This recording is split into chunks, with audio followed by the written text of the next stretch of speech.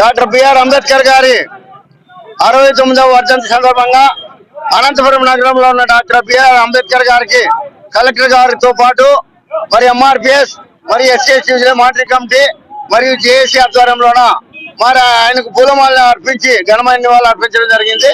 ఆయన ఆశయాల కోసం ఎవరైతే భారతరత్న అవార్డు గ్రహీత 5 మంది కమిటీలో ఉన్న 4 పోయారో ఆయన ఒక్కడే భారత రాజ్యాంగాన్ని సాధించిన వ్యక్తి.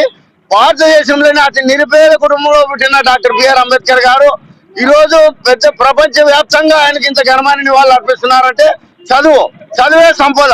చదువు ఉంటేనే విజ్ఞానం ఉన్నప్పుడే మనిషికి గౌరవం మర్యాద పెరుగుతుంది. ఈ క్రమంలోనే డాక్టర్ బిఆర్ అంబేద్కర్ గారి ఆశయాల కోసం నిరంతరం మేము పనిచేస్తాం. గతంలో కూడా పనిచేసుకుంటూ వచ్చాం.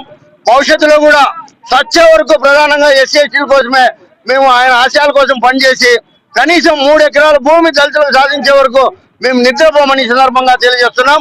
జై భీమ్, జై మాది.